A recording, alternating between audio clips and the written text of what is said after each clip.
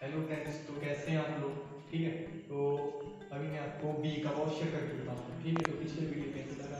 ठीक है, तो अभी मैं आपको बी का वॉशर करके बताऊंगा कि बी वॉशर में योग को कैसे प्रदर्शित किया जाता है। ठीक है, बी फॉर। ठीक है, चलिए मैं आपको करके बताऊंगा। तो चलिए शुरू करते हैं बी वॉशर शेप। ठीक है, तो चलिए सबसे पहले आपने क्या करना है, बिल्कुल स्ट्रेट खड़े हो जाना है। ठीक है, स्ट्रेट खड़े होने के बाद आपने लगना है एक काम वैसे बैंड कर लेना है। ठीक है, बैंड करने के बाद आपने अपने पाँव को ऊपर रख देना बिल्कुल ऐसे। ठीक है, ये पाँव को ऊपर, फिर आपने आप अपने हाथ को स्ट्रेट लेके जाना है और इसको अपने नाभि में खींचना है ऐसे। ठीक है, तो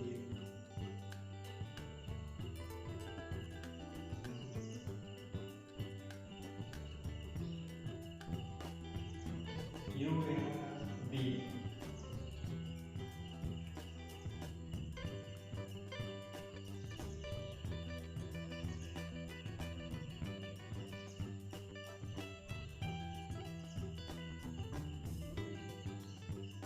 आपने धीरे धीरे और कैसे करना है।